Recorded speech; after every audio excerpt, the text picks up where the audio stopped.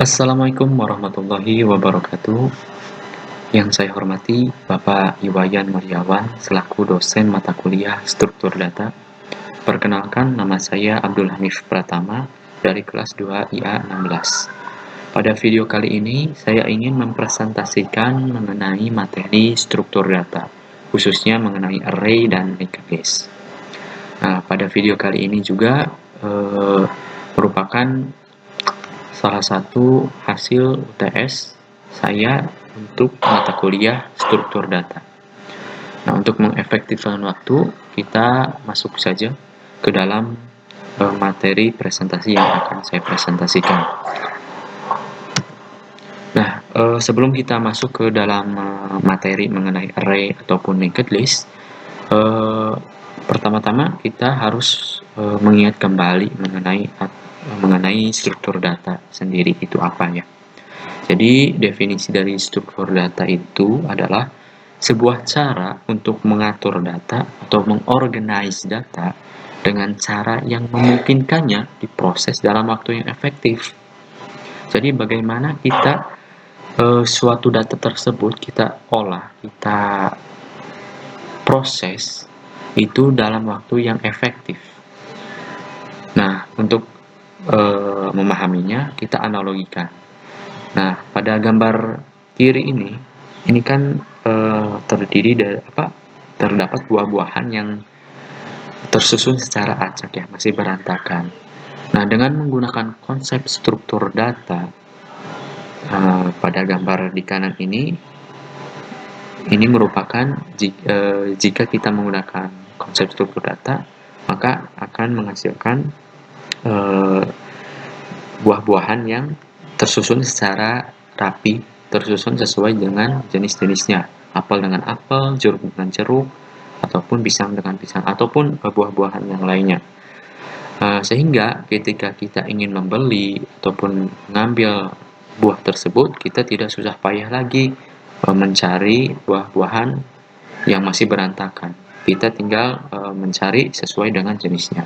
Kurang lebih begitu mengenai konsep dari struktur data. Nah, kemudian kita masuk ke dalam materi pertama yaitu array ataupun list ya. List digunakan dalam bahasa Python ataupun nama yang digunakan dalam bahasa Python. Nah, list ini merupakan struktur data pada Python yang mampu menyimpan lebih dari satu data, seperti array dalam bahasa pemrograman lainnya. List dapat kita buat seperti membuat variabel biasa, namun nilai variabelnya diisi dengan tanda kurung siku. Nah, untuk membuat suatu array pada Python, kita cukup menggunakan tanda kurung siku. Nah, di dalamnya kita tinggal memasukkan data-data ataupun item-item pada sebuah list tersebut. Nah, kemudian linked list. Linked list adalah struktur data yang terdiri dari urutan record data, di mana setiap record memiliki field yang menyimpan alamat ataupun referensi dari record selanjutnya dalam sebuah urutan. Nah, konsep dari linked list ini, setiap linked list mempunyai node, dan di dalam node itu terdapat data dan pointer. Nah, bedanya dengan array nanti akan dijelaskan lebih lanjut perbedaan antara array dan linked list. Ini yang membedakan utamanya adalah pointer. Nah, pointer ini digunakan untuk menghubungkan node yang satu dengan node selanjutnya. Nah, kemudian perbedaan array dan linked list itu apa? Nah, jika pada array, masing-masing elemen array itu hanya berisi data saja. Sedangkan linked list itu berisi data dan pointer atau node untuk menghubungkan ke data berikutnya. Kemudian, jika pada array pengalokasian memori justru terbatas pada jumlah ruang yang dideklarasikan sebelumnya, sedangkan pada linked list, ruang memori ataupun pengalokasian ruang memori dilakukan tidak melalui pendeklarasian ataupun pengenalan terlebih dahulu dan terbatas pada ruang memori yang tidak terpakai. Nah, kemudian penerapan array dan linked list pada aplikasi seperti halnya pada aplikasi media sosial seperti Instagram, Facebook, Twitter.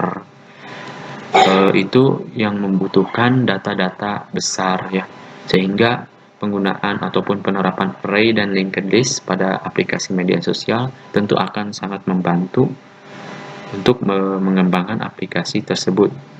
Nah, selain media sosial juga, contohnya seperti aplikasi e-commerce seperti Shopee dan Tokopedia ataupun aplikasi-aplikasi lainnya, pasti setiap aplikasi yang mempunyai ataupun menggunakan data-data yang besar, penerapan array dan linked list pada aplikasi tersebut akan sangat membantu begitu.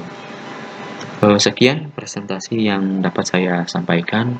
Saya mohon maaf bila terdapat kesalahan kata yang kurang berkenan di dalam hati. Sekali lagi saya mohon maaf. Terima kasih atas perhatiannya. Wassalamualaikum warahmatullahi wabarakatuh.